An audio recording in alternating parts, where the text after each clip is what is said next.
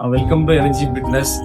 கோடை காலங்களில் சம்மர் டைம்ல ரெண்டு முக்கிய பிரச்சனைகள் நம்ம உடம்புல ஏற்படுது. இது காமனா வெயில் டைம்ல மட்டும் ஏற்படுது. அது என்னன்னு பார்க்கலாம். ஃபர்ஸ்ட் என்னன்னு பாத்தீங்கன்னா பைல்ஸ் பிரச்சனை. இந்த பைல்ஸ் உடல் சூட்டுனால நம்மளுடைய பின் தோர பகுதியில் இருக்கக்கூடிய ஒரு பெரிய பிரச்சனையா இருக்கு. ரெண்டாவது பாத்தீங்கன்னா கல்லடப்பு பாத்தீங்கன்னா அதிகமான வாட்டர் இன்டேக் சோர்ஸ் நம்ம உடம்புல கொடுக்காதனாலையும் கல்லடப்பு பிரச்சனைகள் ஏற்படுது.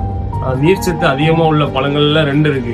ஃபர்ஸ்ட் என்னன்னு பாத்தீங்கன்னா வாட்டர் மெலன், ரெண்டாவது பாத்தீங்கன்னா கிர்னிபழம்.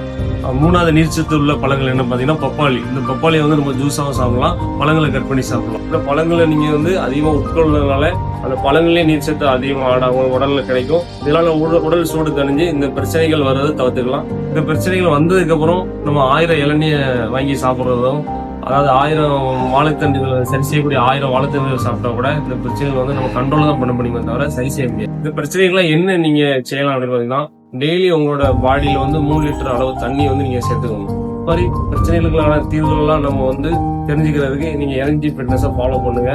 Thank you guys.